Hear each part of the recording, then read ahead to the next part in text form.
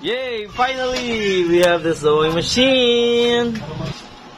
Hi, Dad and Mom. I just arrived from our prayer and fasting, and I just got the gifts, the sewing machine for my mom. So she's opening it.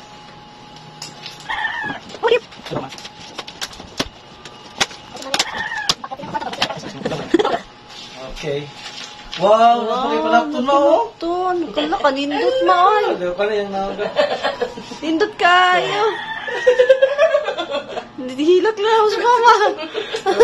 Talagang utos panapton, ma. Mahimo man ang sinina. Ay, kung ano sa simbahan ka na. Magagamit ba? Ninduta. She said she wanted to make something for the church out of this cloth. Right? Oh, she said she wanted this cloth for a long time. She wanted this kind of cloth. So right now she has it. She loves it. She's starting to cry. And now what you do? She loves it. What? What? What?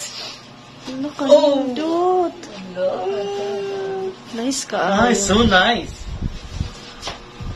So nice. Adapter. Hindi ka na kang panapton, ma. Oh, yeah. Hello, dapat na Wow. Wow.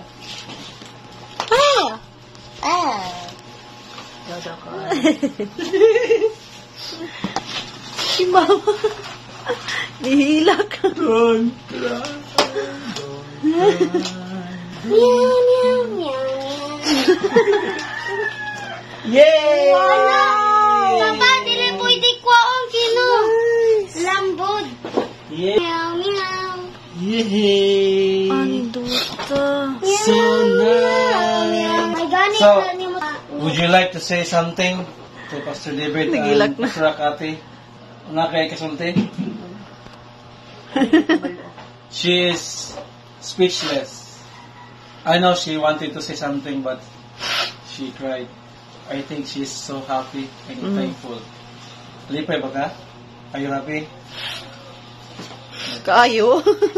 She wanted it for many years to have this kind of sewing machine. Thank you so much, Destiny Church, Pastor David, and Pastor Akati. Thank you so much, Dad. Thank you so much for the gift that you have for my mom.